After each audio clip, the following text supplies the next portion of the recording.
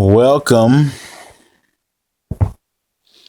back to Homebodies Vlogcast. Been a little minute. And who are you? I am Chris. Christoph? Nope, not Christoph. Technically, you are Christoph. It's my nickname, sure. No, I know you're Only not. my mom calls me that. Put me in my face, huh? I mean, she does. No, you're good. And I'm Ren. My mom doesn't call me that. Nope. And this is the Homebodies Vlogcast. Where home is where it happens. Did I get it right? Mm-hmm. We haven't done this in a while, so I forgot the lines. Definitely has been a minute.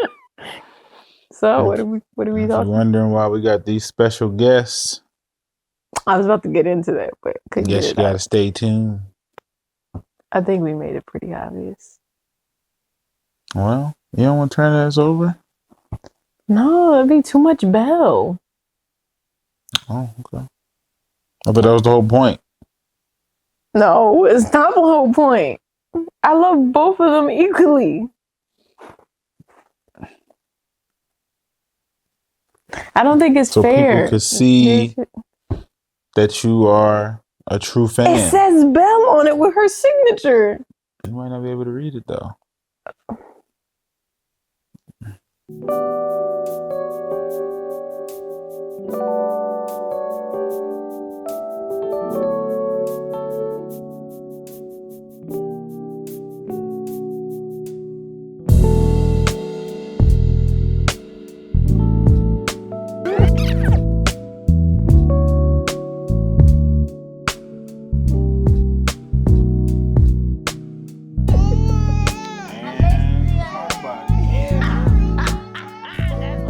We here for another episode, a unique episode, an episode that I was actually looking forward to doing. Yes, I did not push this. This was actually my idea because I feel like Beauty and the Beast, right? I feel like the title alone to me is very symbolic of what I would say the scriptures are teaching, from the lens of like this real enemy that we have that we're fighting, you know, as human beings, you know, this real war, this real wrestle that we're going through in life is really with the beast within us. Right. Like that animal, like lower level of existing, non-image of God having creature that lives on the inside of us, that fleshly, carnal, instinctual desires that we have, the things within us lodged deep in our hearts that whispers in our ear at times to try to get us to follow that and its passions. I feel like that's the real enemy that we're fighting day in and day out spiritually. That's what's going on. But yeah, it's late, by the way. It's like 1:30, 2 in the morning right now. We out here doing this thing. So it's gonna be a whole lot of fighting during this episode that we got going on. I'm already losing. No, me too. Listen, I was ready to lean back. But nah, so that because I feel like that idea of the spiritual enemy that we're really warring against is this internal wrestle with our flesh and not having our flesh win out. I feel like this movie kind of was a good picture of how you see that wrestle and that transformation of an individual. And that there's hope for us all. Yeah. To be transformed. Back. Going from, not to give too much away early, but so before we even get into talking about all of the connections and the parallels between the movie Beauty and the Beast and what the Bible might speak to about the Beast and the Beauty as we see it, I'm curious about, I just want to hear a little bit from you. Like, for as long as I know you, you've always been a Disney fan. You always vibe with the Disney classics. Classics, yep. Disney classics, put some respect on it. And some Pixar, but not everything. But I feel like Disney, period, for the most part. Oh yeah, sure. That is like a part of your brand. Old school Disney, but yes. So, but I feel like out of all the Disney classics and all the Disney stuff, Beauty and the Beast just... Oh, it's solid. It's still solid. Take the cake. It's not going nowhere. It take all the cake. But it's cool because there's so many lessons and stories that you can learn from a movie like that. It is. So, but yeah, just speak to real quick, like how did that movie become such a staple for you? Like, okay, let's go back in time a little bit. Okay. So, do a little time traveling. Beauty and the Beast came out in 1991. I don't know the dates. I mean, I think it came out in September. I might be wrong. Wow. My birthday is in September. Whatever. So I was about 1 when it came out. And so it's laughable because it's like, I mean, girl, you was only 1 years old. How does it become your favorite movie? I don't know what first attracted me to it. Actually, fun fact, the beginning of Beauty and the Beast, it took me so long to actually watch because I was afraid of it. So the part with the enchantress when she was a old hag. The lady with the eye. Yeah, that freaked me out. The stained glass, all that. I remember, you said you couldn't watch that. I couldn't watch it. I would always have the pillow up like, I'm not watching it. And I would literally have it up until that part was over, to the point where I had memorized how the music would go once that part was over. So I would know it was over. So I don't know how it came to be that I loved this, what it was. It was like, was it Belle's character? Was it Beast's character? And that's what drew me in. I can only tell you it's the movie that I've always come back to and I never get tired of. There's been gaps of times of when I haven't watched it, when I have, but I always come back to it, and it's always just something else about it that draws me to God's word. And that's probably the part that that keeps me there, is that, man, there's so many things that remind me of God's word in this movie. I don't even think the directors and the filmmakers and all those behind this tale know about that, or maybe they do. And I'm about to say, I don't know.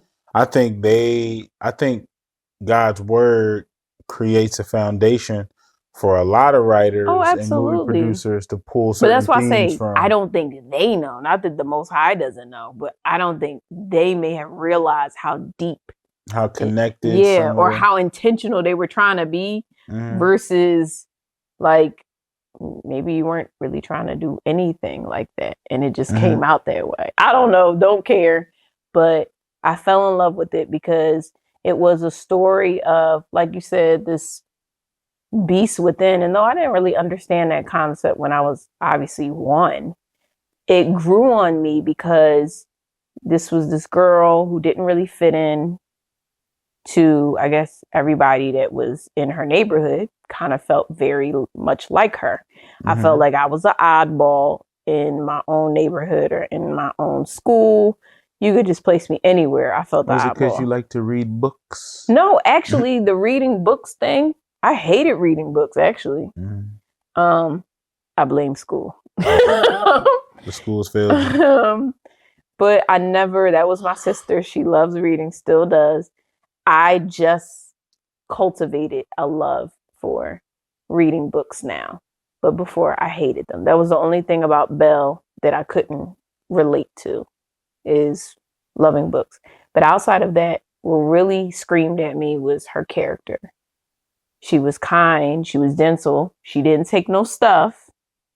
Because you hear a lot with Disney princesses, like a Cinderella or a Sleeping Beauty, that they're sweet and kind, but it's like you kind of get this feel like you could walk over them. Mm-hmm. And I really don't want to say Cinderella so much because I feel like she's one that's overlooked too, in which just because she's soft spoken doesn't mean that she doesn't stand up for herself. And I think, especially in society now, or just growing up, and I hate to bring like race into it, but being, I guess, black or classified as black, that being a woman, I'm supposed to be strong and it's supposed to be seen on the outside. And because it's not my demeanor, I'm not the hard shell type person. That's why I connected with Belle, because she wasn't hardcore, but she was like, I do want to speak my mind, but I'm going to tell you with gentleness. I'm not going to do it with like a pride or a sense of like, I got to make myself look better or belittle you type thing. And then I guess my love for Belle kind of transferred over to Beast, where at first I used to be scared of the Beast. You can ask my mama. 1 year she bought me a plush Beast because I talked about him so much and I screamed and she had to take it back. And then I got him later on down the line as an adult. So Beast I loved because you see he's really tormented. He's a tormented soul. He's a human trapped in this animal body that he has to adjust to now, all because of his decisions. And now he's got to live with that. And as he lives with that for years and years, he just gets more depressed in a sense, almost to a point where he's just like, I just don't care. I'm about to be a beast anyway. So I'm just going to be reckless and mean because I'm miserable. And you see him grow. You see this wrestle with him that I think a lot of people. I'm getting to. I appreciate the recap, but I don't want you giving everything away. Oh, you should have asked me why I like it. Well, I just figured I was going to get just more details about literally how you came across the movie and how you started watching it as a kid, and just quick. I think there was a TV show too, but because listen, all of those details that you mentioned about the Beauty and the Beast, we're gonna talk about that. Yeah, so sorry. Keep that energy because I definitely want to hear all of those details. Okay. Right. Nah, it's cool. I mean, because it's like what you're saying. I'm winging it. I have no notes. We winging it together. But no, you got notes. What you were just sharing is like, I do want to hear more about that, and I want to ask specific questions about it. So okay, I'll zip the lip. So yeah, just for now, I fell in love with their character, and I'll just say Beast's transformation. Okay, like the whole 9 yards, not just when he turns into the prince at the end. So I like the message of the story, which is not judging a book by its cover, and the focus on inner beauty than outer beauty. And honestly, to make it personal, I felt like that in a lot of ways, just with our relationship and dating early on. Remember, early on in the relationship, you called me a monster. She called me a monster. No, look at the camera and explain that. She said you remind me of a monster off of Monsters Inc. She said I remind her of Sully. That's a monster, okay? It's a cute monster. I ain't trying to hear none of that. It's like, no, I'm playing. But first, seriously though, there's ways where oh my God, I can't believe there's ways where, look, I felt like, I know you weren't saying this, but there's ways where yes, correct it for the people. Yes, no, it's actually the opposite. I felt I'm the beast. No. What I'm saying is there's times where I felt I self-identified as being a beast Oh, in a yes, lot of yes, ways. yes. I felt like I was a beast, whether it was just my coldness, the way, my lack of compassion, you know what I'm saying? I wouldn't say my rage or nothing, but you know, just the way I dealt with things. Like I just felt It was beastly. probably Like, more of the coldness, yes. yeah. So having you come into the picture, you as the belle, as the beauty, coming into my life, I feel like you kind of soften me up in areas and you kind of help transform me in some ways from being as beastly to not as beastly, you know. And obviously your love for the Lord and all of that, all of those things kind of help. And then it's like I felt your compassion, I could feel your care, and you not dealing with me. Because remember, I tested you at certain points when we was in college. Not a certain point. You tested me a lot. Yo, I did. I remember not intentionally not cutting my hair, not like cleaning my beard up, and I was woofing. I was woofing for like What is months. he doing? And I was like, let me see if she treat me any different in light of the outward looking away. I wanted to see. I wanted to see if you was going to treat me different because of how my appearance. I was just seeing. So it's just funny that that's one of your favorite movies because of the way Belle treated him and she didn't look at the parents. So it's like interesting because I felt that in real life. So I mean, she did look because she had to see. For sure, but she didn't let what she saw affect how she dealt with him. Yeah. And what she saw beyond the surface. Like she didn't let that. So, but so before we get into kind of making these parallels with Beauty and the Beast, the movie, and talking about the things in the scripture that kind of connect to these characters and the themes that you see in the movie, because I would look at, okay, being a beast, where do you see that in the Bible? One of the first places you see that is in Genesis 1, where God creates on day 6 the beast of the field, right? And these are creatures that God made. But when he made man on the same day, out of the same substance as the beast of the field. They all breathe the same air or breath, right? They technically die the same death. But at the same time, the beasts were never claimed to have made in God's image, but man was. So I think it's interesting starting off this movie with the man in the movie, and I know you said this wasn't his real name, but was his name Adam? Supposedly his name is Adam, but it's not. Some people say it's not official. Like Disney didn't claim it and say, "All right, we calling him Adam." Like I don't think that was the thing. I think it just. I don't know. That's the name. Did he have a name in the movie though? Is Shane like? No, actually, he doesn't. Fun fact. Well, I like using the Adam reference because it's the perfect connection to. I know, right? You know, of all the names people could come up with, Adam. Exactly. So yeah. So my breakdown in brief is, I see, at least in the scriptures, references to the beast.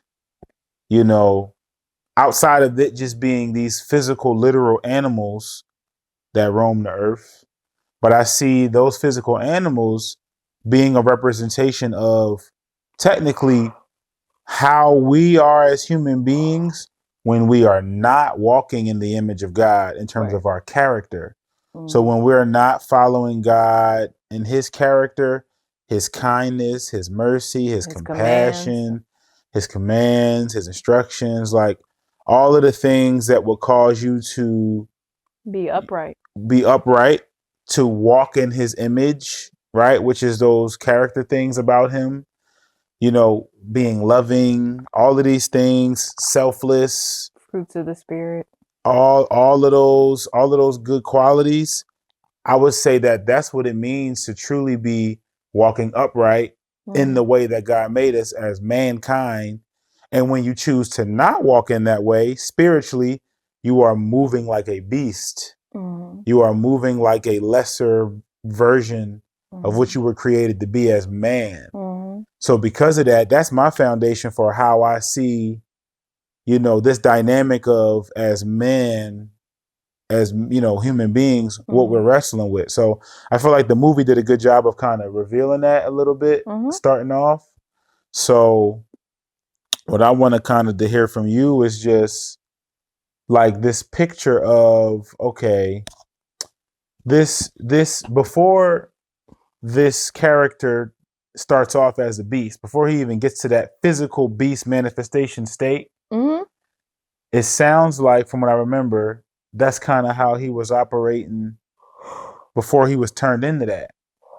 So tell me about, from what you remember, what the movie mentions, tell me about how the beast was before he was even, or how did that even happen? How did he get from being a man and being turned into a beast? Kind of briefly give me a little, You asked me 2 questions.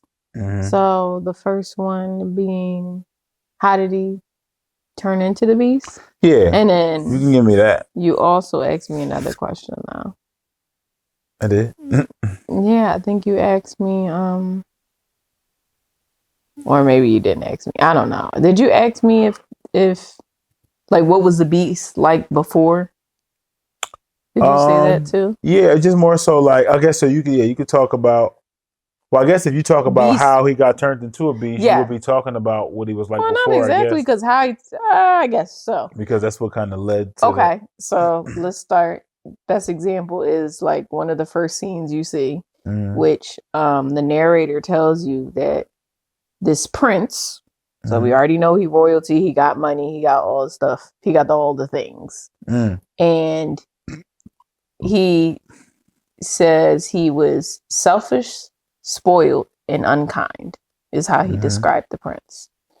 And then he goes in to tell this tale that this old lady came to his house, and I guess she was ugly. And it was a cold night, and she wanted some shelter, and she was willing to exchange a rose for it. It's a weird exchange, but so the story goes on. He dismisses her not once, but a couple of times.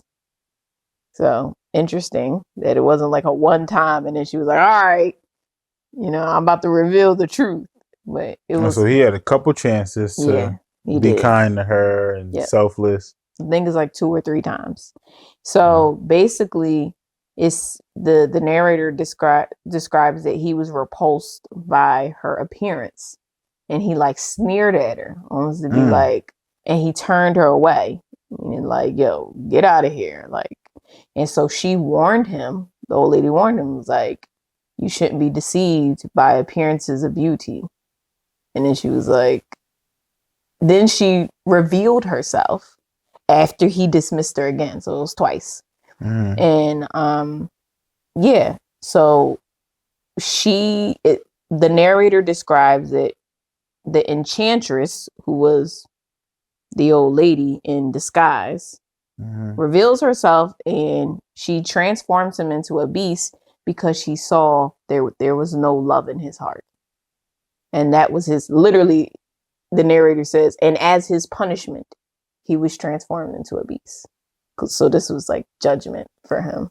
So the way that, the state that he was really operating in and moving like, it was beastly on the inside, was already animal-like, beastly-like, no real love, no compassion, no kindness. So she essentially just gave him what he's been moving like this whole time and behaving like this whole time. Allowed him to his looks, his outward appearance to match his inward appearance. Well, his inward. And it's funny that it seemed like he was more concerned or wrapped up with people's physical appearance. He was a respecter of persons, I assume. Probably. Like he probably catered more to people who looked like they had something going for them, or they had some kind of beauty or something, versus this lady, this enchantress lady. You said you used to be scared of her? Yes, she was creepy. Too creepy. Okay. So he gets turned into this beast physically now. Mm-hmm. Now that's his physical look. See, the funny thing about that is, I feel like Disney pulling that from the book. They pulling that from the Bible. Because you see a king in the Bible, King Nebuchadnezzar, a Persian king or Babylonian king, I'm sorry. Mm-hmm. You see him, got all of this wealth, got all of this power, got all of this influence. And he got prideful, like, I did that. I did this. And he started smelling himself. He started beating his chest, like you just said, this is all me. So the Most High manifested the thing that was really within his heart, kind of like Adam or the beast. He humbled him. Yeah. I'm letting you fully experience what it's like to be lower. For sure. Going back to that lower state of existing, that beastly like nature, I'm gonna now give you a taste of that physically. What's that song like? God opposes the proud. I don't know that. But gives grace to the humble. Is that integrity music? Yeah. Okay. Yeah. But it's a scripture. Yeah, no, for sure. Like his God's opposition, or his Satan, because that's all the word Satan mean. It just means opposition, to be opposed, the one who is opposed.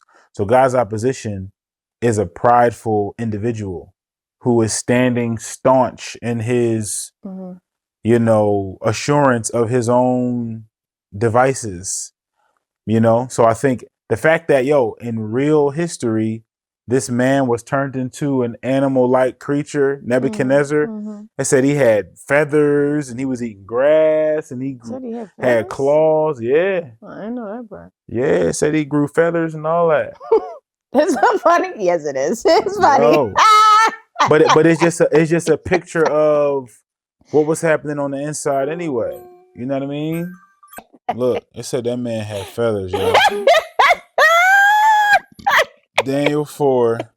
Immediately, the word concerning Nebuchadnezzar was fulfilled, and he was driven away from mankind, began eating grass like cattle, and his body was drenched with the dew of heaven until his hair had grown like eagle's feathers and nails like a bird and claws. That man was out here scratching and surviving for real.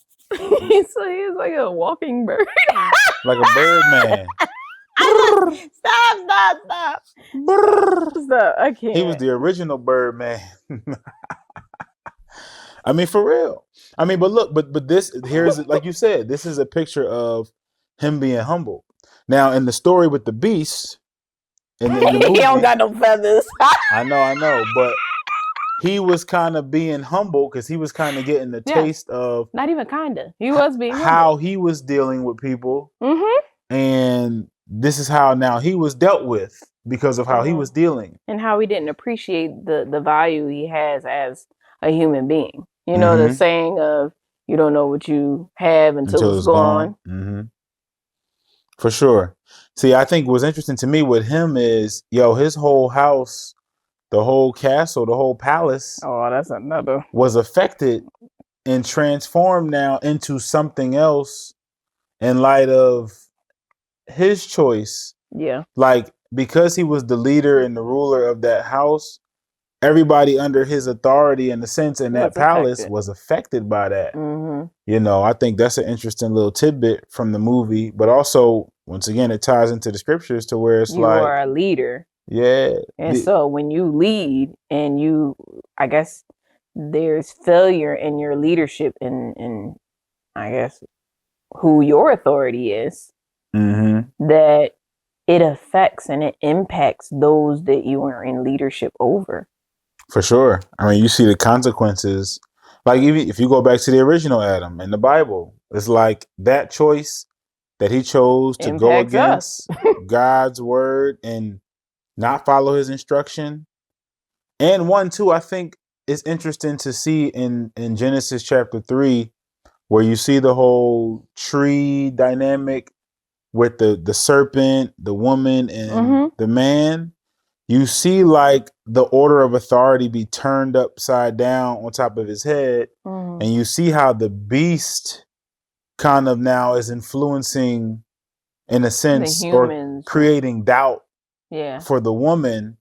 And then the woman, in a sense, gets the man to now consume.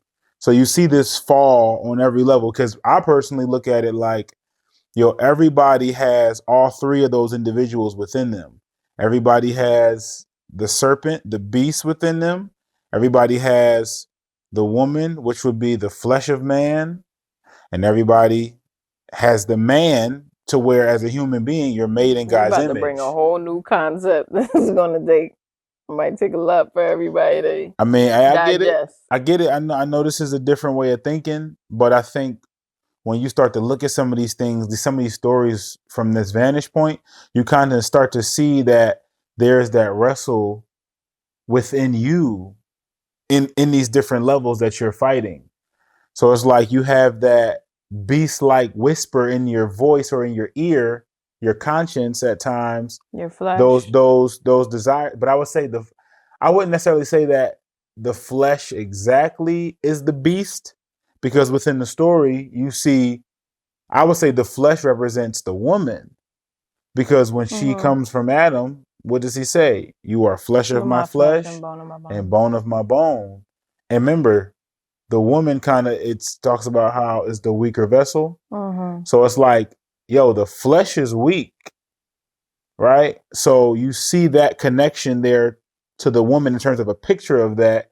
But I would say the beast is, because even the woman is still made in the image of God. Right. Even though it's the flesh, it's made in the image of God. But the beast is not made in the image of God.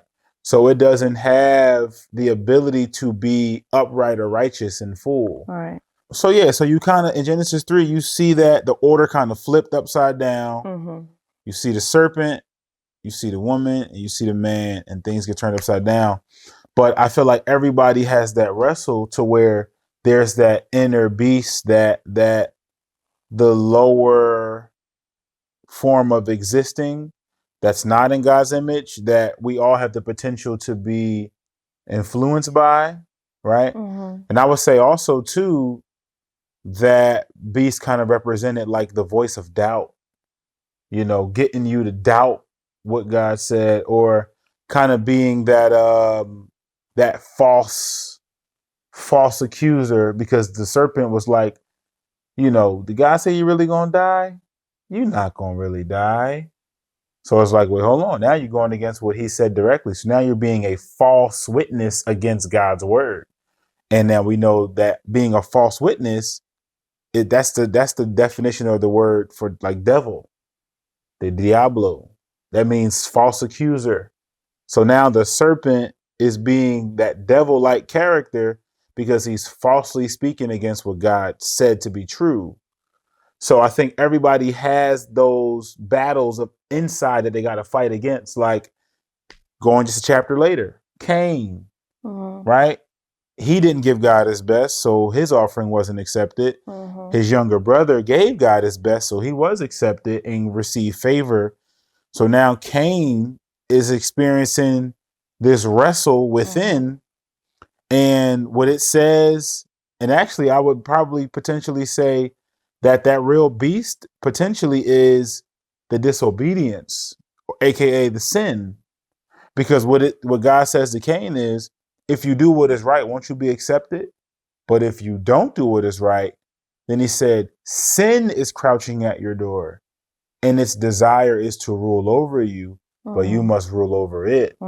So maybe I would argue that, okay, maybe the serpent or that beast in that Genesis 3 story kind of represents more of disobedience, sin, that you kind of got to wrestle with at times, or you really got to put to death and slaughter and kill. Really, that's the beast that you kind of got to have tamed and not let it rule over you, in a sense.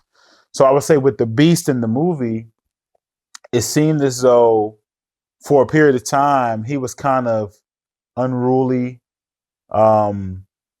uncontrollable. His house has probably grown cold, and he didn't have. It started off with him when the enchantress was there. him having a big party, festival, feast, celebration. No, we going by the animated version. We don't know if he was having a party. But good. Oh, okay. I thought maybe people was at his crib and they was all kicking it. That wasn't a live action. Mm-hmm. Okay. So I was like, which one you going with? Hey, that's okay. Well, I guess my But yeah, as a prince, he would probably have people there. Mm-hmm. And that makes sense. So now for this period of time, because you are in this, because maybe your beastly like nature now is ruling you during this period of time as a judgment towards you. Now, when you come across and you encounter this beauty, and I would make the connection that this beauty, in my view, kind of symbolically represents like this wise type of individual, like wisdom, and somebody with good character. So now Belle comes along in the picture, trying to rescue her dad, right, in the castle. But real quick, give me a little bit about Belle. Like, tell me, what if you had to just name some things about her character or the way that she operates from what you've seen throughout the movie, like, how would you kind of just describe her? Belle is now I'm drawing a blank. It's like so much to pull from. I mean, no. Now I'm like fighting sleep. Oh yeah, it is late. So I would say that obviously Belle is gentle. I'm not gonna just say kind, but Belle is very gentle. Whether it's with her approach, it's her approach and how she deals with people is with gentleness. She knows how to be honest, but with grace too. I would say also that Belle is fearless in a sense that she likes adventure, so she's not afraid of a challenge. Which works well with what ends up happening in her life because she's faced with challenges that she couldn't even imagine she was going to have to deal with. She is also, outside of being wise, she's also very understanding. There's a lot of stuff that she didn't know what was going on, that she kind of tried to figure out herself. But even the stuff that she didn't get, she still tried to be understanding of everybody's situation, the servants, the beast himself. So it drew her to a place of compassion. Wait, so her compassion, how does she even get to be in the beast's presence in the first place? Like, what was the thing that led her to even? Well, you kind of teased it anyway when you said that she went to go rescue her dad. Her dad got lost in the woods and was chased, lost his horse, lost Philippe. Philippe went back to Belle, and because Philippe was like, I'm not dying by no wolves, and he was out. And so Maurice, Belle's father, was an inventor, and he was supposed to go to some convention and got lost because he got himself lost. And Philippe's gone, but these wolves are chasing after him. He's an old man. He's out in the cold, probably not the best dressed for the cold. And he stumbles upon Beast's castle. And so he sits down, he comes in thinking this is my only, saving grace or my only place of safety that I could go to. And he tried to be polite, saying like, he didn't know who he was even talking to because nobody addressed him. But he just yelled, "Hey, I'm here. I just needed a place to stay." So right off the bat, it was clear that he wasn't here to do anything. But when the beast confronts him, he's very enraged, and he thinks that he's come to like be a spectator and poke fun at the beast because he's like, "Oh, you came to stare at the beast." He wasn't there for that. He just needed a place to stay. But So he's used to probably in that state kind of being mocked. Vulnerable. He's vulnerable. Yeah. That's what I say. He's vulnerable. He's broken. He's hurt. So it's just like, I don't want to help you because that means I have to kind of risk myself. Mm-hmm. And so it's like, I don't want to do that. I got to protect me because nobody's going to protect me. Okay. So Belle now, because she loves her father so much and because she's so compassionate, she goes to rescue him from the prison there that Beast put him in, her father in. And the Beast is like, I'm not going to just let him go. So what'd she do? Actually, funny story, it wasn't Beast's idea for her to be there. Mm-hmm. It was hers. So he could be freed. Mm-hmm. She came up with the idea and he said that, I forgot how the line goes, but I know for sure she said to take me instead. Take me instead. You would take his place? Belle, no! You don't know what you're doing! If I did, would you let him go? Yes. But you must promise to stay here forever. Come into the light.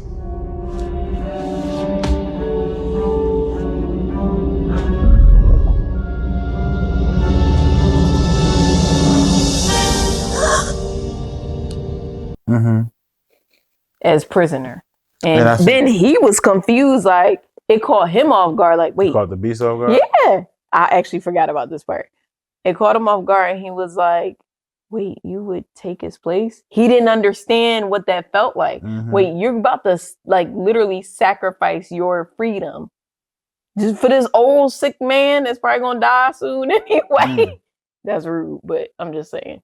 That was probably foreign to him. Him seeing somebody show that type of selflessness and that's the first time you see him like stunned, shocked, like, wait, what's that? Why she do that? Like, so yeah, that pretty much is how she got there.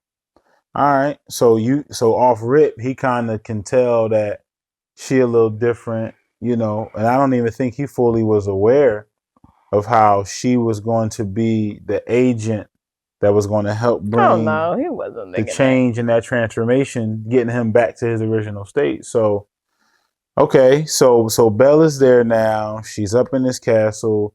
I'm sure there's a part of her that don't want to be there, but she makes that sacrifice for the sake of her father being free in his old age. Mm-hmm.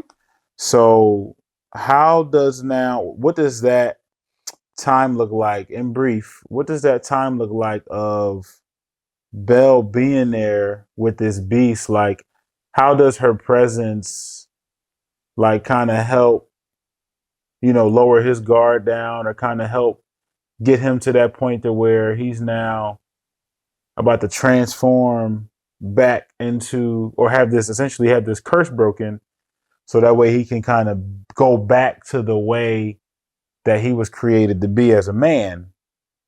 Like, what are some things that happen? Like, give me some examples of scenarios to where you kind of begin to see Belle like care for him. I mean, Belle was pretty consistent from the beginning. I think there are moments where, like, it's easy to say that, oh, she kind of started caring for him when she loved him, but you don't find out she really loves him to the end. You just see inklings. Mm-hmm. But in the beginning, there were a lot of times where she showed care and respect for him, even though it wasn't reciprocated.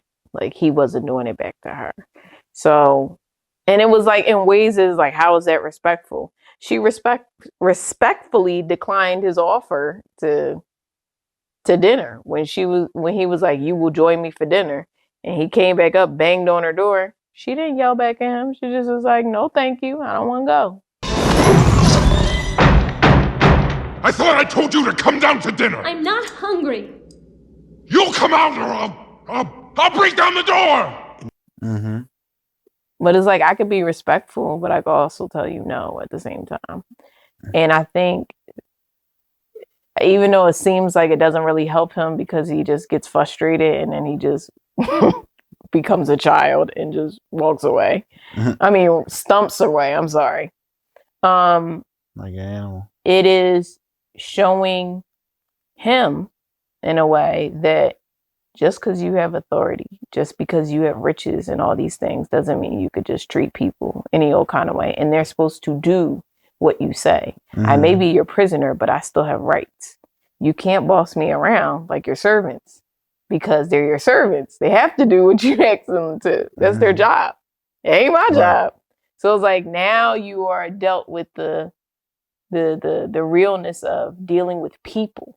And you can't just order people to do what you want them to do. Because he was trying to force, in a way, in the beginning, I guess, the relationship to work. Because he knew she was beautiful and he thought like, all right, maybe she'll break the spell. I don't think he understood that he was going to have to, his character was going to have to change in order for him to really be transformed. So other examples would be after the wolf scene and he rescues her, she kind of rescues him because she doesn't leave him out in the cold with his wound. Then she tends to his wound while also confronting him about his temper, which is something that his servants tried to do, but he would always yell at them and then that would be the end of it. But his yelling towards Belle doesn't make her back down. And that's the difference. She's not afraid to have a conversation with him even when he's in rage. So she kind of like gave him a little rebuke or an admonishment a little bit about himself to try to get him to see himself, but she used her approach was different in the way she tried to get him to see himself, to start considering where he needs to make adjustments and things. And see, this is why for me, like I said, Belle reminds me of wisdom, because a lot of times, if you're not aware, throughout the Bible, the Hebrews, they personify wisdom as a woman, you know, and they always refer to her, especially heavily in like Proverbs chapter 8.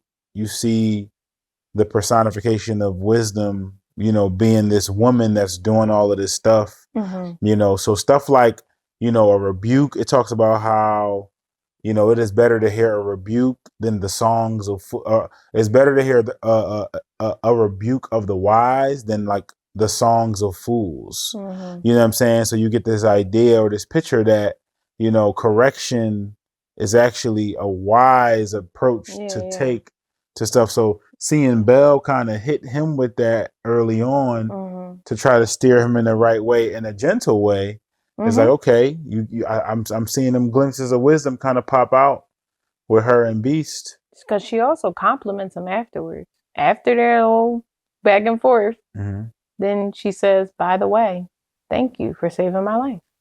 And he's shocked again, like, wait, you saying thank you to me? After I just yelled at you? Okay.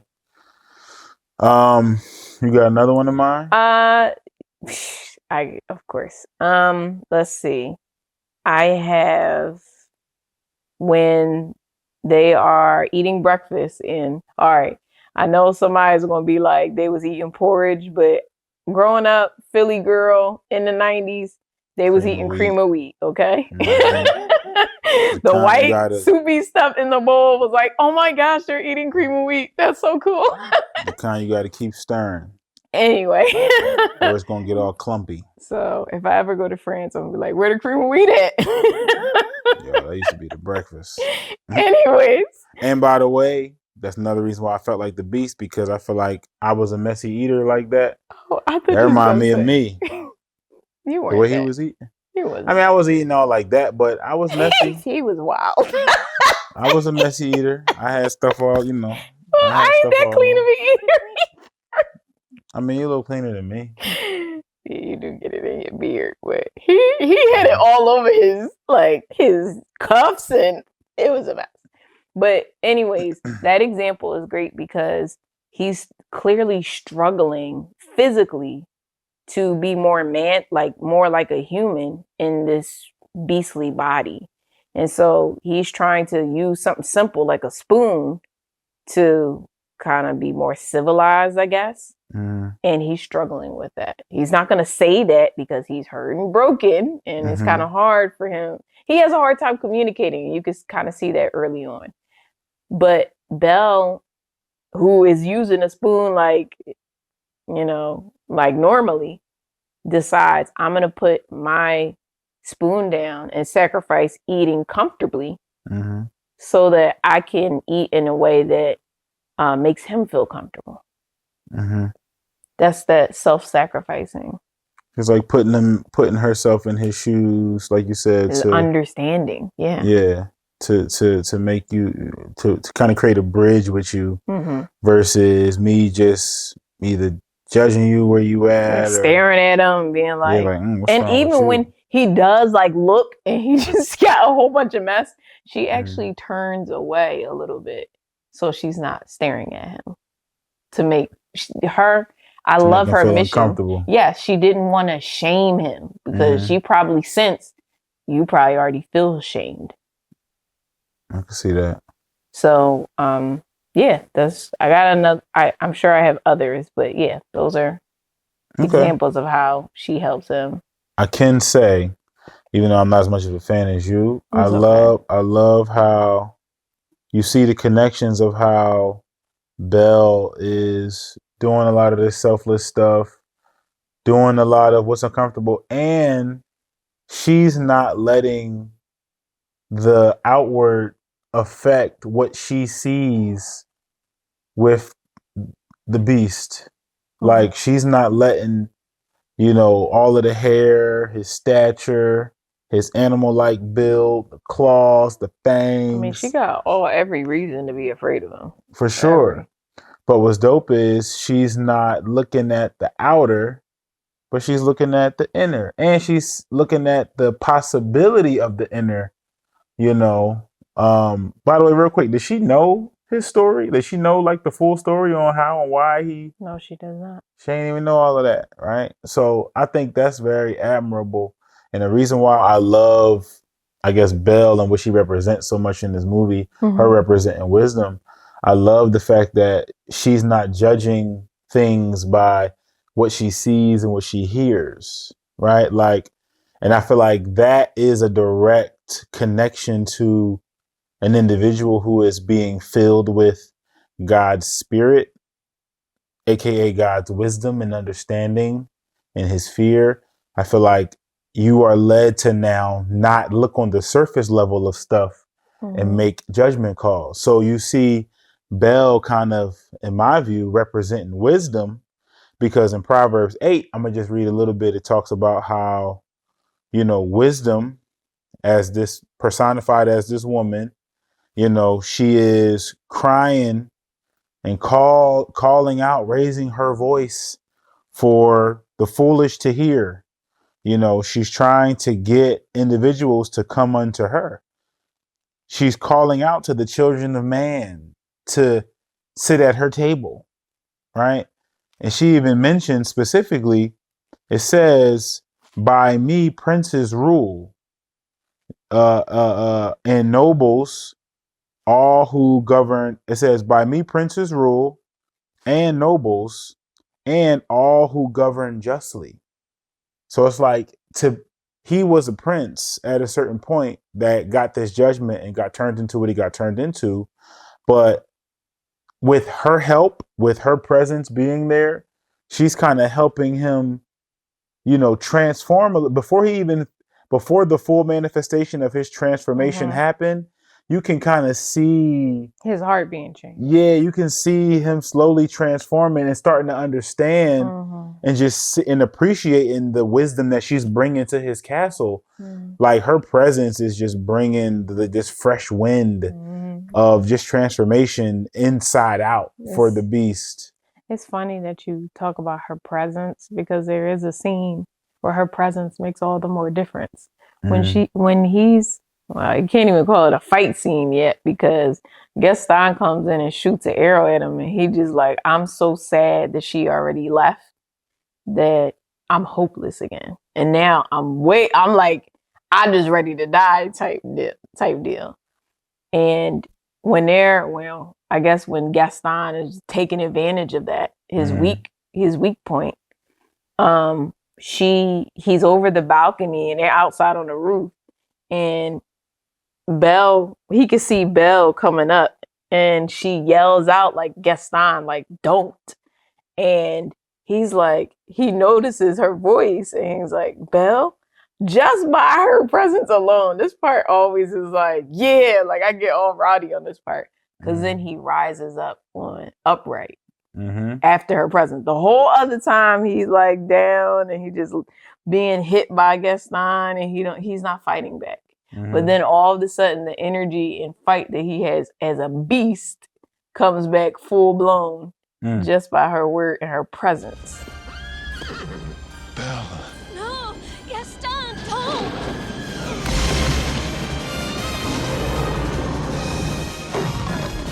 Let's go, Philippe. So it was just like, That's wow. dope. And he come back fight. I was like, that's the beast that we want to see. Not the whip. And it's funny because it's like there was a man that wanted the beauty throughout the movie, Gaston, but it's like she didn't want him because he was a beast. Because he was a beast on the inside, and he wasn't, a pure, Who is that?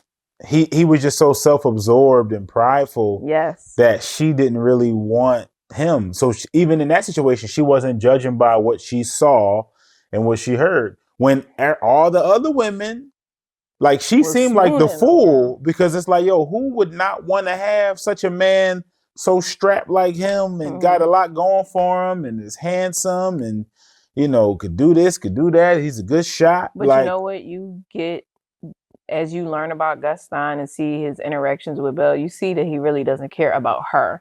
He just likes her because she's the most beautiful girl in town. That's just it. The outer, just the physical. God forbid something happened to her beauty. It's a done deal. Nah, yeah, for sure. So that's why Belle, she the goat. She the goat in this movie, yo. That wisdom, what she represents, that beauty. And I think it even talks about that, like in Proverbs, about how wisdom is to be desired more than like just things that may seem to be physically beautiful, like jewels or silver and gold. It's like, yo, wisdom is to be treasured more than these things. You know what I'm saying? So going along with the theme, wisdom being, the thing that really is the beauty, within this movie, within this story, I'm seeing it as wisdom and how wisdom is helping the presence of wisdom. God's wisdom, ultimately, wisdom from above, can truly help transform you out of that beastly like state if you choose to take heed and pay attention. But did you have another example of a way that this beauty was kind of helping to slowly transform this beast back into the way he was meant to be in the image of God? Well, and it's just like, I'm assuming this is the most popular scene of the whole. Okay, you're asking for how she helped him, because there's ways he shows his growth that not necessarily her helping him. It's just you see the residue of what's like being processed in his mind out loud. But I'll give you how she helped. So in the dance scene, we're all, enjoying this because it's the most pivotal and I think like supposed to be like groundbreaking in terms of the filmmaking of that dance scene with, Angela Lansbury singing. Did you have a clip? That's okay. I do. Taylor's all this time. Do you want to see the clip? You want to pull it up real quick? Oh, okay. I don't know. Or I'll pull it up while you still talk. Just tell me yes. You need my face to get on Disney Plus. Because we got like 17 minutes before I know. Okay, so basically the scene, they're dancing. Well, first they're eating. You could call I like to call it their date. That's what they were on a date in the castle. And Belle is eating and they're at this long table with the beast. And eventually she gets up because she like hears the violin and she's like, oh, I want to dance. So he invites her to this dinner. Well, you Or don't to know this- who started it. Oh, you just both see them coming? Yeah, so see them coming down the steps and he But that's an escorts interesting her. contrast because in the beginning, you know, when he was She didn't want to come to dinner. She didn't want to come to dinner with him. She didn't want to eat at his table. But now at this point, you start to see them coming to the table together, eating together. Mm-hmm. And then you can tell that he's being patient. There's a part where even I'm trying to get to it. There's a part where while you talking, I might have went past it. Mm-hmm. The dance. Why did I drag it? Maybe I don't like your finger. In the world? I got sausages. Yeah. Okay. That's weird. That is funny. Why you gotta pull from back there? That's weird.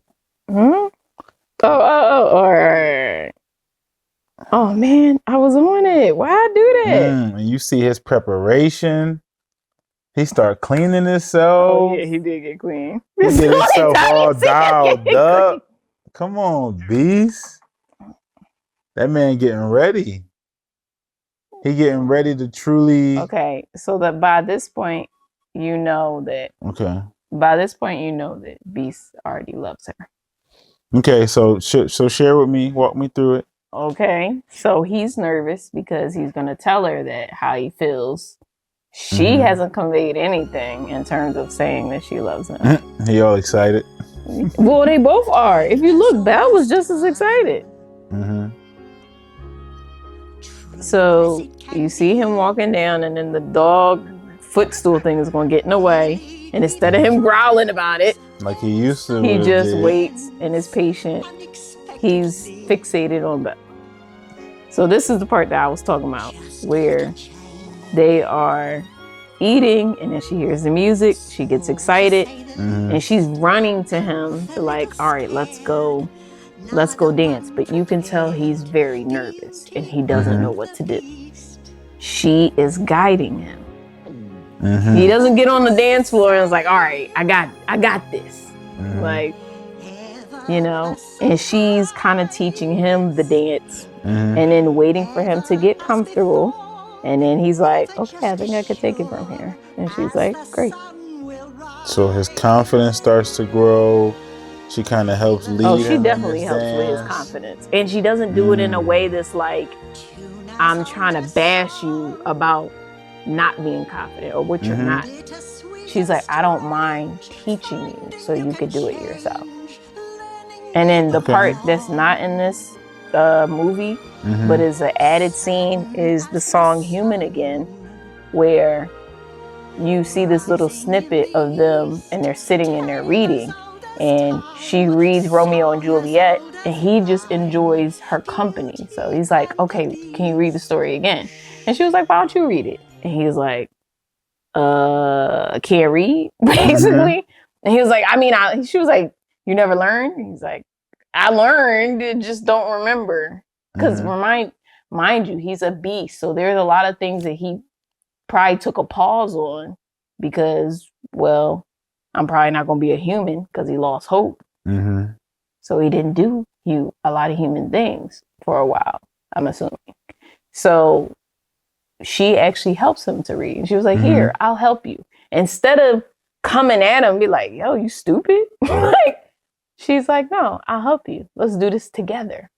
And I think that's what made a difference for him, is like, as a prince, he probably felt like, I have to have a sense of confidence and pride because of my authority. She never diminished his authority. She never took that away from him. And how she spoke to him, she just treated him like normally and was like, yo, I'm going to help you. Not in a way it's just like, you need my help. But it's like, yo, everybody needs help. Yeah. And it's like, you know, what I'm seeing is, okay, you know, it's not that, you know, you can't receive the help of the beauty, but you have to be willing to participate in that help in order to properly receive it the way, you know, that you need to.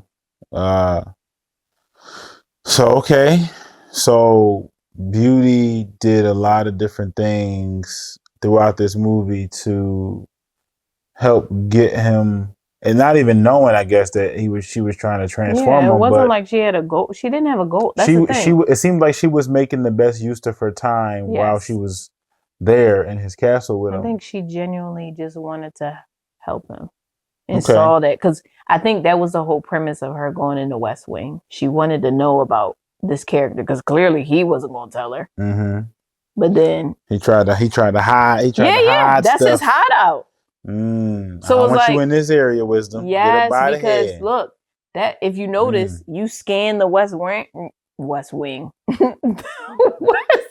I said ring. The West Wing.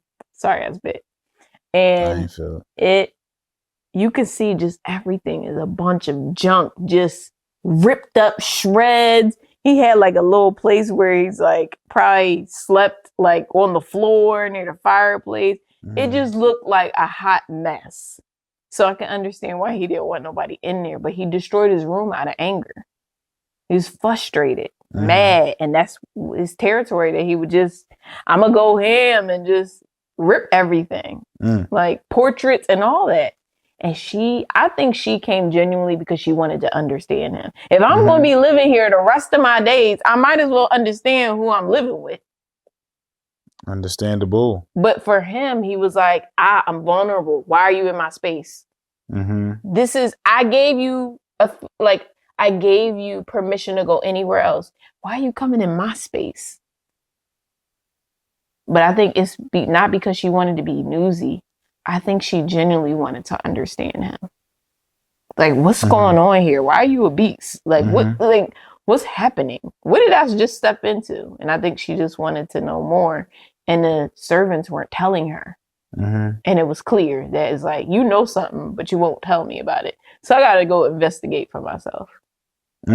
That's interesting right there. Because I feel like a lot of times as people, and I can attest to this heavy, it's like we want to compartmentalize things in our lives. And it's like, I don't want, God's presence or his spirit, aka wisdom and all of those good things. I don't want that in these areas of my life. I don't want wisdom to come into this room because they're going to either see things about me or they're going to change something or they're going to mess something up. Yeah, I don't want there might be a shame there. I don't want this revealed. Yeah, absolutely. You get to see.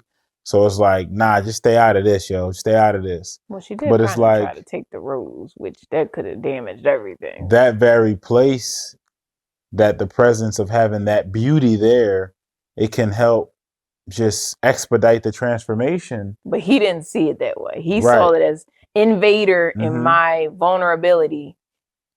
Like her father, you in my space. You was sitting in my chair. And now you staring at me. And that's too much for me. Because I really hate myself. That's the thing about Beast. Beast really hated himself. That was the thing. He loathed himself. It was, and what he became and what he got. Absolutely. He regretted it. He was angry and he couldn't do anything with the anger because it's my fault.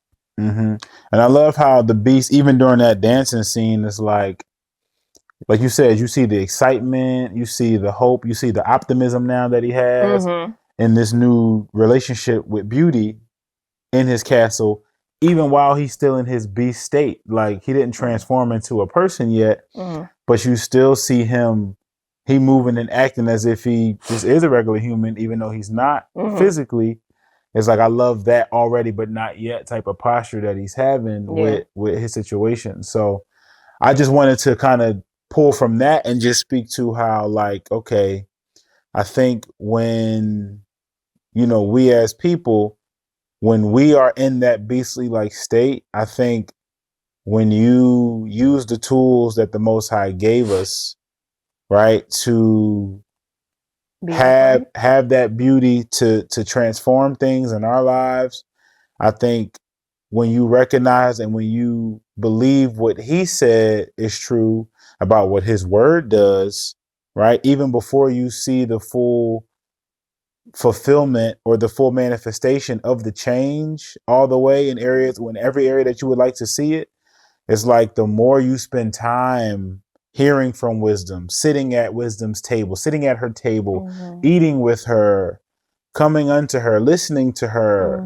talking about wisdom. Like the more you spend time doing that, the better the more hope I can say you'll have, and the more it will change the inner you, the inner person.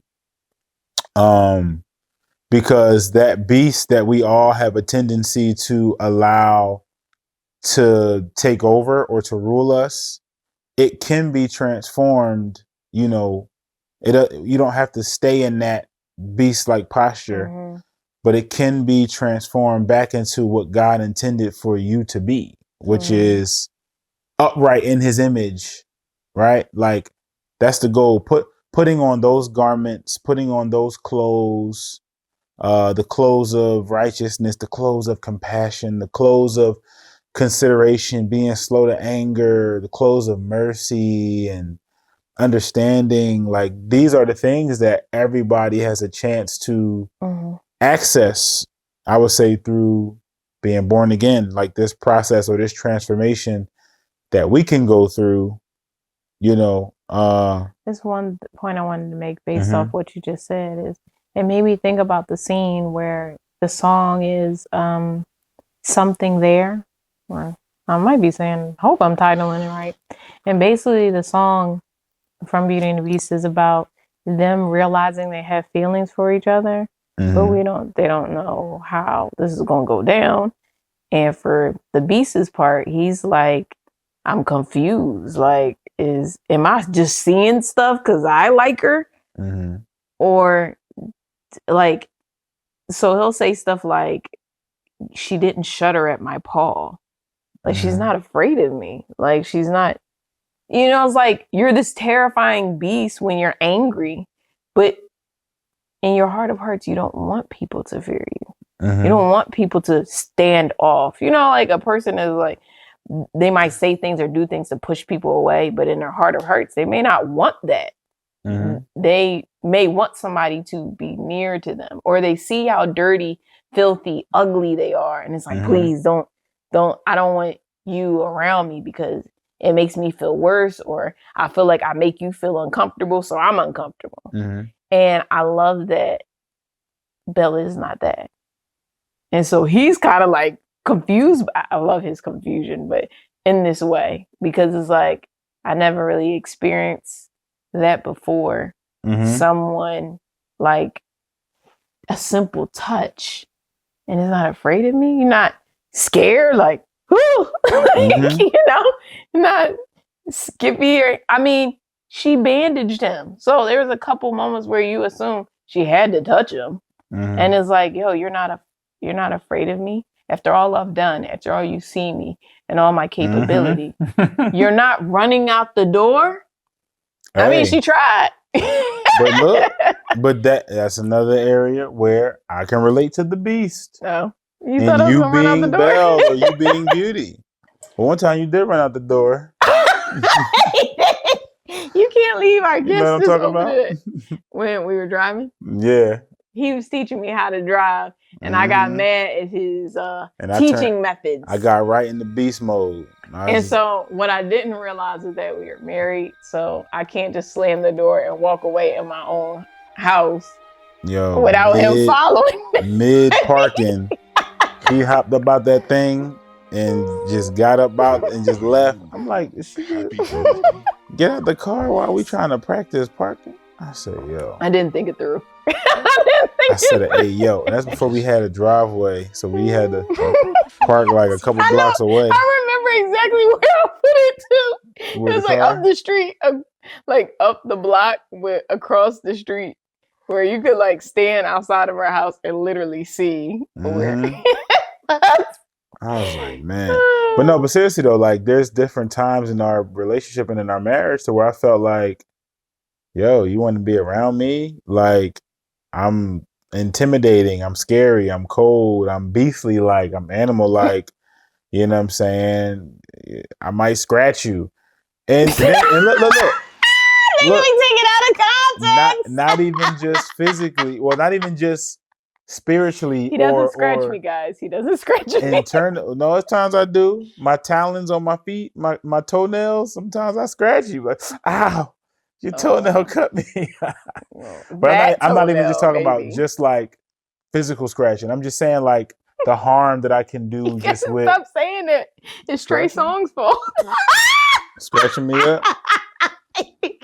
Girl, you be scratching me, yeah. But it's cool. I love when we kiss. Crazy man talking about something, but it's cool. You don't mind the scratches because he like what he get.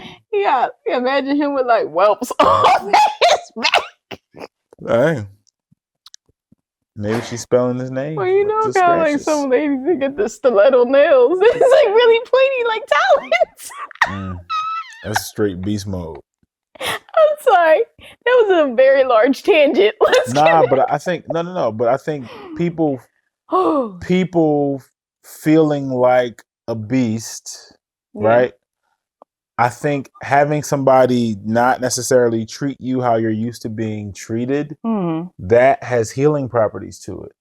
You know, that does a lot to soften somebody else and to make them feel seen and not feel like they got to hide themselves. It gives them hope. And that's what Belle stood for. It gave Beast hope that, just because I look this way doesn't mean I have to behave this way. Mm-hmm. I could be someone else. I could be the man I want to be, even though I don't look like that man.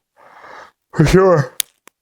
Yeah, I think Belle and Wisdom, I just see so many connections between the two. Mm-hmm. And I think the last thing, I guess, would just be kind of looking at this scene where I guess he dies, right? I'm assuming that's what's going on. Technically he does die. He died. Is it because he was shot with the arrows? Yeah. Stabbed. No, actually he was stabbed. My bad. So he was stabbed. He was stabbed in his this is his side. And his side. And he was helped out by his side piece. It's like, no. I mean, the rib. No. Don't play like that. That's not how I took it. When you said side piece, I thought you meant like she was something on the side here. No. It was the side of his rib. You know what that side piece means. But anywho. Nice try. He died in his beastly like sinful state. Died. Ooh. The beast died. For the new man to now rise up. Come on now. All right, go ahead, cue it up. And now he was pierced in the side. You get me excited. Let me see. Fried and died, laid to the side. Come on, beast. Of course I came back. I couldn't Come on now.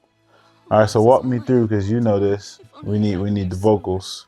Or just give me commentary on last conversation that they're having. He's excited that he gets to see her again because she had left to take care of her father and come back when she found out he was in danger. Mm-hmm. And so even though he's dying, he's happy he just got to see her. That man got them meat claws, man. Sheesh. Don't ruin the moment. And so she's like he's like, you know what, maybe it's better this way that I die. Because I'm not going to become a man anymore. Is basically what so the saying. Beast died. Come on now. And this is the part everybody's been waiting for Belle to confess that she loves him. Even though you see it, if you pay attention, you see that she clearly loves him, but I love you. Okay, but in desperation, she didn't know about the rose petal falling thing. She's just reacting to, wait, you're leaving, and I actually like your company. I enjoy being with you, and now you're gone. Because remember, she didn't have friends back in her hometown. She just had her dad. That's it. So she low-key kind of needed this encounter herself.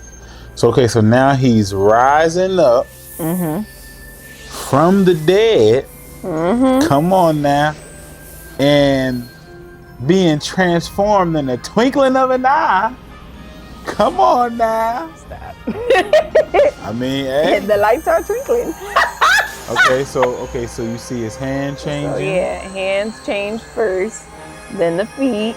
Okay, so the way he walking, this man about to be walking And his different. hands representing his works.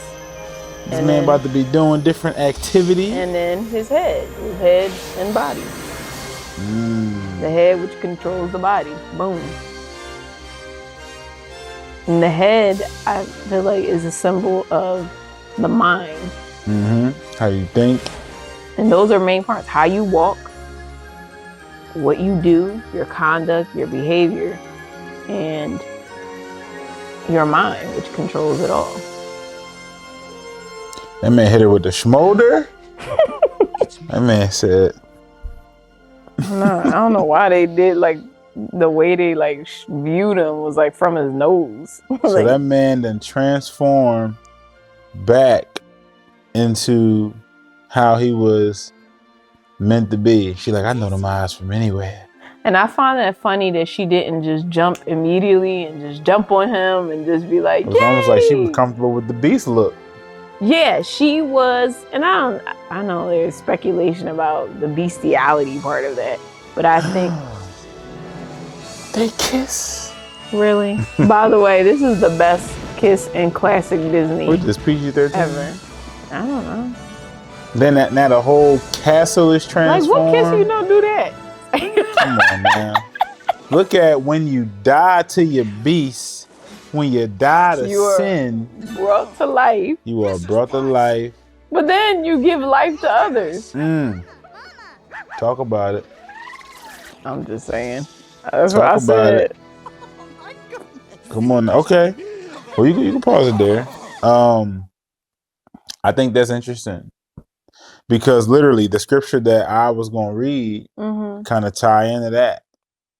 So this is Romans 6. I'm not going to read more. I'm going to just read just these two verses. Romans chapter 6, verses 6 and 7. It says, well, I'll read from 5 to 7. It says, for if we have become united with him in the likeness of his death, talking about Jesus, certainly we shall also be in the likeness of his resurrection. Right? Knowing this, that our old self was crucified with him. So that old beastly like sinful self, disobedient self is dead. He a dead man. In order that our body of sin might be done away with. So that old beast, that old disobedient posture functioning like that, dead, done away with. Okay. So that we would no longer be slaves to sin. Come on now. For the one who has died is freed from sin. Yo, Beast died, yo. Beast died and was brought, not necessarily to the newness of life, but he was resurrected and he at least was restored back to what he was. Life to him.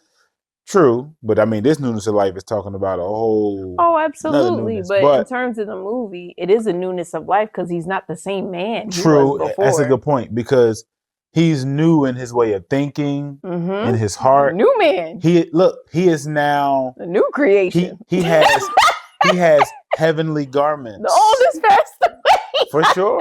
I'm laughing because it's like it's just a kids movie. And I feel like somebody could say, but it's like that's why you got to dig a little deeper. Prince and the Frog. Okay, Disney plug. I think this is what Beast now put on in his new resurrection that he's encountered. I think this is more so what he has now put on. It says, and have put on the new self, which is being renewed to a true knowledge according to the image of the one who created it. Wait, where's the new stuff? I thought it gave me the holy. Okay, here we go. So, as to those who have been chosen of God, holy and beloved, put on a heart of compassion, kindness, humility, gentleness, and patience, bearing with one another and forgiving each other. Whoever has a complaint against anyone, just as the Lord has forgiven you, so you must also do that. So it's like, I feel like Beast now is a new creation in the sense to where his inner way of operating, his heart has been renewed and transformed to where this is now going to be the posture that he lives in. Now, they don't really show the full aftermath of this transformation and how he lives on now with this beauty and what life looks like for the castle and everything around him. But one would assume that he kind of got a different outlook now on life in light of what he experienced. So it's like that test that he failed kind of became his testimony to where he was now able to be transformed. I once heard that you can't have a testimony without no test. For sure.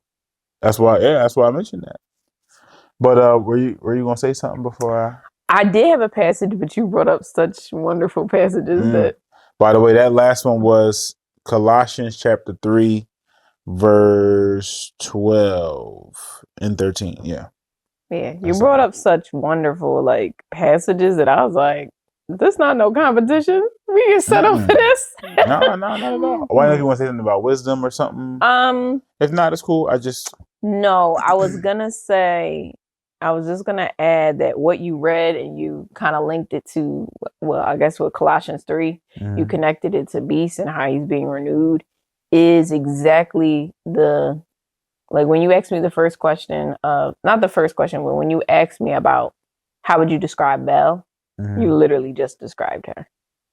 And so what we see is a picture of this woman, this human, because she is a human, is showing this beast, this other human trapped in a beast's body. Because I think that's very crucial that we define that this is a cursed, broken individual. This is not like he's literally an animal and then he's given powers to become a human, right?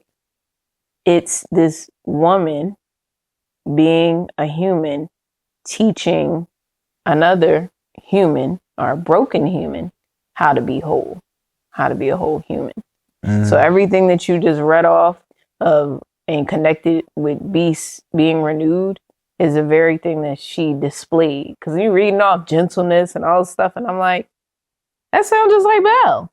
And it's like, what a great story to have somebody enter your life and be an example for you, even though she's a female, even though she's of lower status, literally because of her gender and because she's a commoner. He's royalty. So it's like she's low and humble in many different ways. And she takes the approach of not trying to top him, but trying to demonstrate for him what it looks like. She could have just been telling, this is what you need to do. She didn't do that. She showed him. What's her famous line? Tell me, show me, involve me. Right. And that's what she did. She showed those characteristics. She didn't just talk about it. Matter of fact, I don't think she really talked about it at all. She just showed it. And then what did he do? It gave him the opportunity to mimic that. Because now he sees that as an example. It's like, well, she's doing it. And she's of lower status than me. Why can't I do it? You see him growing in his understanding because he's getting involved with her and what she's demonstrating in terms of her character and how it's becoming contagious. Yeah, right. You should tell somebody that because you always keep walking around talking about contagious. Is it contagious? Is you hurting your knee contagious? It's like, no. But yeah, man, I think that movie has a lot of gems, and I think there's so many things in that movie that we probably really could have been here longer, sitting here talking about a bunch of stuff in this thing. I'm so glad you're sitting here because if you left it up to me, you guys would probably turn off your television or your YouTube channel, or you would just scroll to something else. And you still might. Right. That's true. Shoot, it's all good. But I could go for days talking about how God's word connects to this tale. And it's not just Beauty and the Beast, by the way, but this is one that's near and dear to my heart. What are you And trying to say? We got to do some other movie reviews? no, I mean, it's up to you, but I mean, you got your own Diamond in the Rough. it's unfinished. It's all good. Understood. It's still a rough. Yeah. It's still a rough. It's okay. Probably gonna be a rough for a while. It's okay. It's seasons, you know. But I think that is your baby.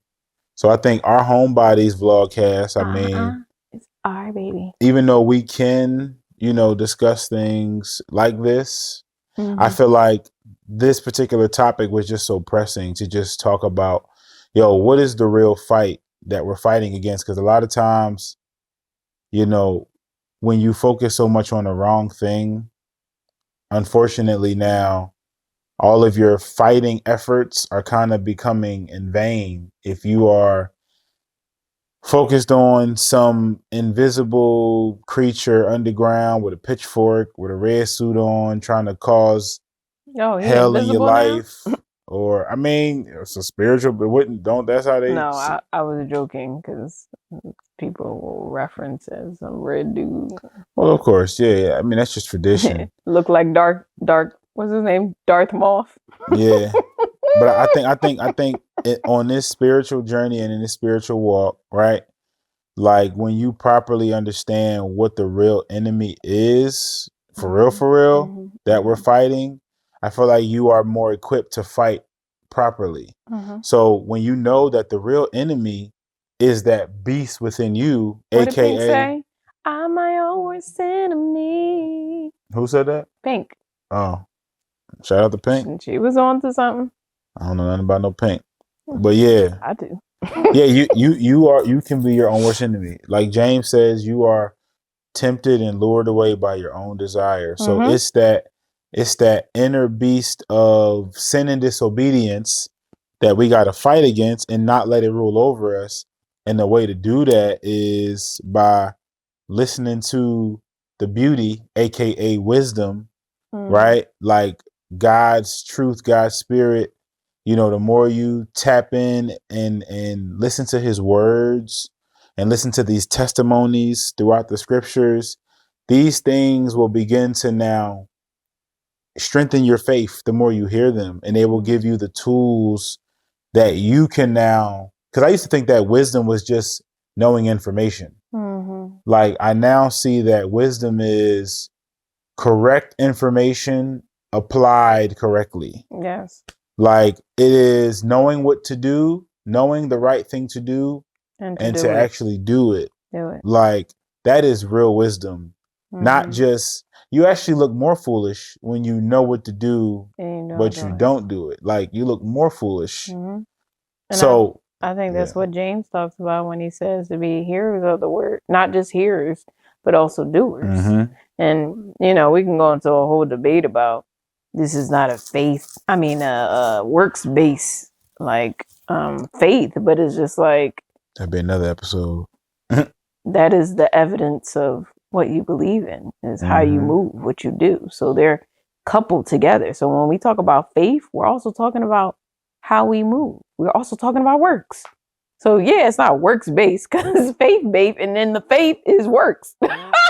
Your belief, if it's a real genuine belief and trust, that's going to lead now to actions. Yes, and because out of your heart flows the springs of life. Ooh. And I meant to mention this earlier, but so be it. So let's not be marked by the beast. Let's not be marked by the beast. System. Let's not be marked by the beast and the beast system. And the beast, like we just talked about, is really the sin and the disobedience, right? So let's not be, and also in like places like Revelations, the beast a lot of times is speaking about the nation as a whole, and how this whole nation, in a sense, and the direction and the culture and the practices and the ways of this nation are so entrenched in disobedience and sin that the whole nation is being personified as this beastly like creature that the citizens could be marked by, because they're choosing to follow in their thinking, forehead mark, and on their hand, action mark, activity mark. What thoughts are you allowing to rule in your mind? And what are you allowing those thoughts to cause you to do now with your actions and your hands, right? As you live life. Let's be marked by God's truth, God's word. Let's have our minds renewed so that way our actions and our walk can align accordingly with what God always intended for us to be in the first place, when he made us originally in his image, in his character. I'm made in his image. I'm made in His image. I'm living like that. Go to her. No. He probably was on point.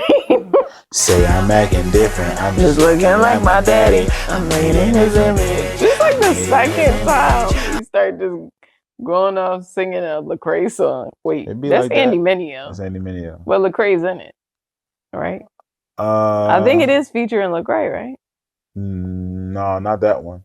That was like Pro. Pro was in that. Oh yeah, dude. Wow. Pro. Chad Jones. Who that?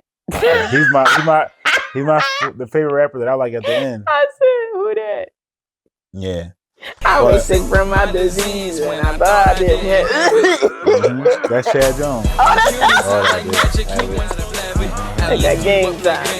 Something. I guess I am a blood. Please excuse my false flagging.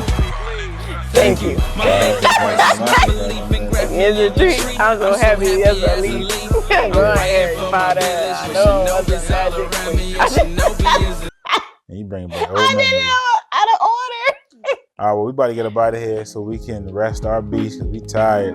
We can rest our what? Rest our beast. The beast trying to rise up right now. Oh, I was like, did he say rest our beast? What's that? Yeah, we're gonna rest the beast. But yeah, so thank you for tuning in. I mean, we say this, but if it don't happen, it's whatever. But yo, we would love engagement. I would love to hear people's thoughts on this and just, what you think. So feel free to do all that stuff. Well, how am I doing it? We got a little video at the end that do that, so. We do? Yeah. I think we need to go. My eye was just twitching. Yeah, we out. Thank you for listening. Bye. Yeah.